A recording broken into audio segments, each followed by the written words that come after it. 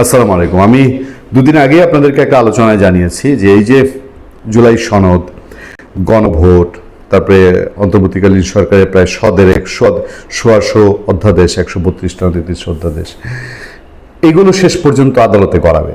এবং এটা আজকে থেকে না, যখন এইসব কর্মকাণ্ড হচ্ছে, এইসব গণভোটের প্রসঙ্গ উঠেছে সংবিধান বহির্ভূতভাবে, যখন জুলাই সনদের নামে সনদের তো আবার তারা আদর করে সনদ ডাকে, এই সনদের নামে বাংলাদেশের সংবিধানে হাত দেওয়ার চেষ্টা চলছে। এটা গিলাতেই হবে বাঙালিকে, জোর করে সিমেন্ট খাওয়ানোর মতন, যে শরীরের জন্য পুষ্টিকর cement, doctor Yunus marker cement খাওয়াইতে হবে।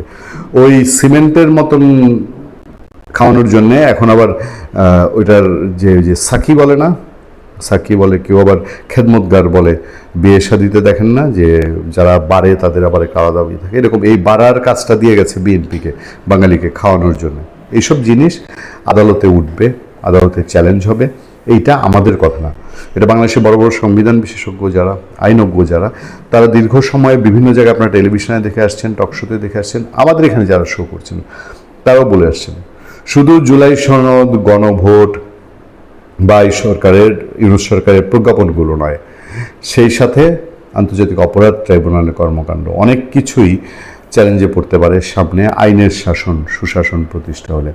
তার একটা রূপ আমি গত পরশু আপনাদেরকে সিগন্যাল দিয়েছিলাম। আমি বলেছিলাম যে এই জুলাই সনদ এবং গণভোটের ভাগ্য নির্ধারণ কি সংসদে হবে নাকি অন্য কোথাও হবে, এবং ভেতরে বহু রাজনৈতিক মারপেচ আছে, বহু খেলা আছে। আমি সেসবে যেতে চাই না, বা সেসবে যাওয়া বাঞ্ছনীয় নয়।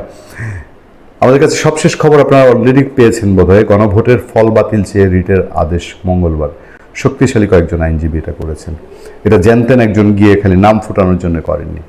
12 ফেব্রুয়ারি অনুষ্ঠিত গণভোটের বৈধতা চ্যালেঞ্জ, 13 ফেব্রুয়ারি ঘোষিত ফলাফল বাতিল, এবং জুলাই জাতীয় সনদ, সংবিধান সংস্কার ও বাস্তবায়ন অধ্যাদেশ 2025 ঘোষণাপত্র বাতিল চেয়ে দায়ের করা রিটের শুনানি শেষ হয়েছে।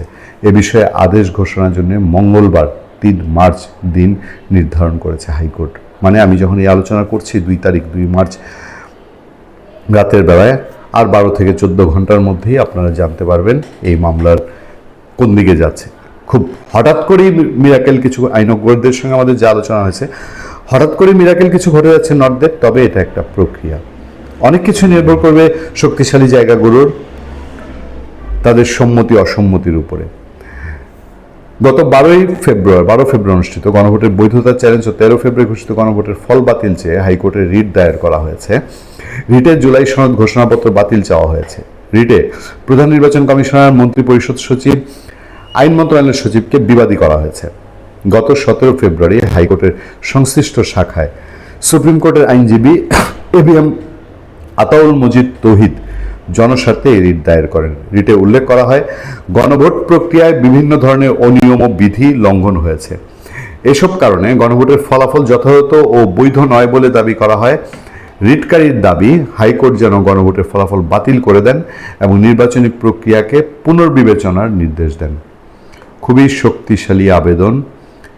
আইনজীবী তৌহিদ তিনি বলছেন, রাজনৈতিক ও সামাজিক স্বার্থে এই রিট করা হয়েছে।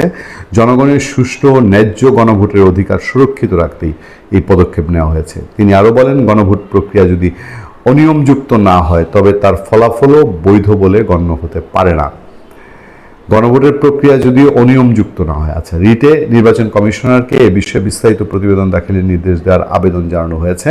পাশাপাশি প্রক্রিয়াগত ত্রুটি ও অনিয়মগুলো বিবেচনায় নিয়ে গণভোটের ফলাফল পুনর্মূল্যায়নের ব্যবস্থা গ্রহণেরও আহ্বান জানানো হয়েছে।